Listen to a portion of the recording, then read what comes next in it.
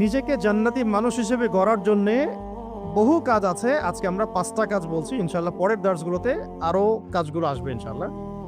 এই 5টা কাজকে আমরা ইহতেমাম করবো ইনশাআল্লাহ। কি করব? মানে কি? মানে যত্নশীল হব, যত্নের সাথে আদায় করব, মানে খুব কেয়ারফুল থাকবে 5টা কাজের বিষয়। ঠিক আছে? কোনো অবস্থায় যেন 5টা ছুটে না যায়, কোন অবস্থায় যেন এগুলো ছুটে না যায়। এটাকে বলা হয় শক্ত করে আঁকড়ে ধরা, যত্নশীল হওয়া।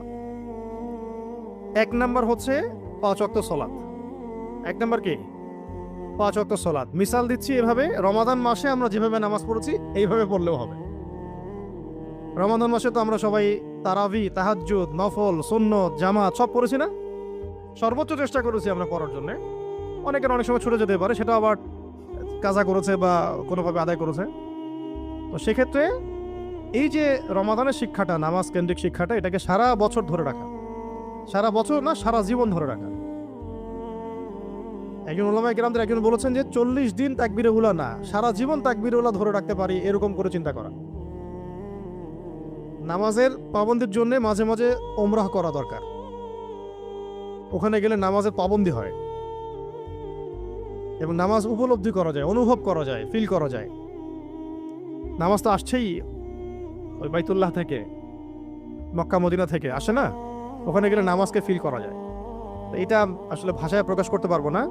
এটা আমি পরামর্শ দিলাম, যদি কারো সামর্থ্য থাকে এবং ইলমে, আমলে, দৃঢ়তায়, ধারাবাহিকতায় ঘাটতি দেখা যাচ্ছে, তাহলে ওমরা করে আসলে ভালো হয়। পুরো নিজের সব মানে ভিতরের যে হতাশাগুলো, অলসতাগুলো, গাফেলতিগুলো সব চলে যাবে ইনশাআল্লাহ। নিজেকে ফিল করা যায় যে খুব মুনাওয়ার মনে হচ্ছে, আলোকিত মনে হচ্ছে, গুনাহমুক্ত মনে হচ্ছে। ওখানে যে কাজগুলো আছে, কাজগুলো করতে থাকলে ইসলামের সব পিলারগুলোকে ধরে ফেলা সহজ হয়।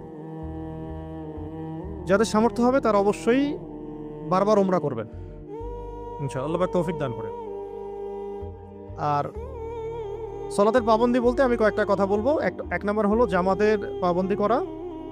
2 নাম্বার হচ্ছে 5 ওয়াক্ত সালাতের মধ্যে কত রাকাত? 17 রাকাত নামাজ।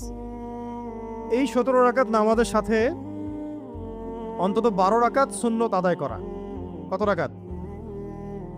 এই 12 রাকাত সুন্নাত যে ব্যক্তি আদায় করে তার জন্য জান্নাতে একটা করে ঘর নির্মাণ করা হয়। প্রথমটা হচ্ছে ফজরের আগের 2, যেটাকে এক পাল্লায় রাখলে এবং দুনিয়ার মধ্যে যা কিছু আছে এটাকে আরেক পাল্লায় রাখলে ওই 2 রাকাত সুন্নত ভারী হবে। জোহরের আগে 4, পরে 2, মাগরিবের পরে 2, এশার পরে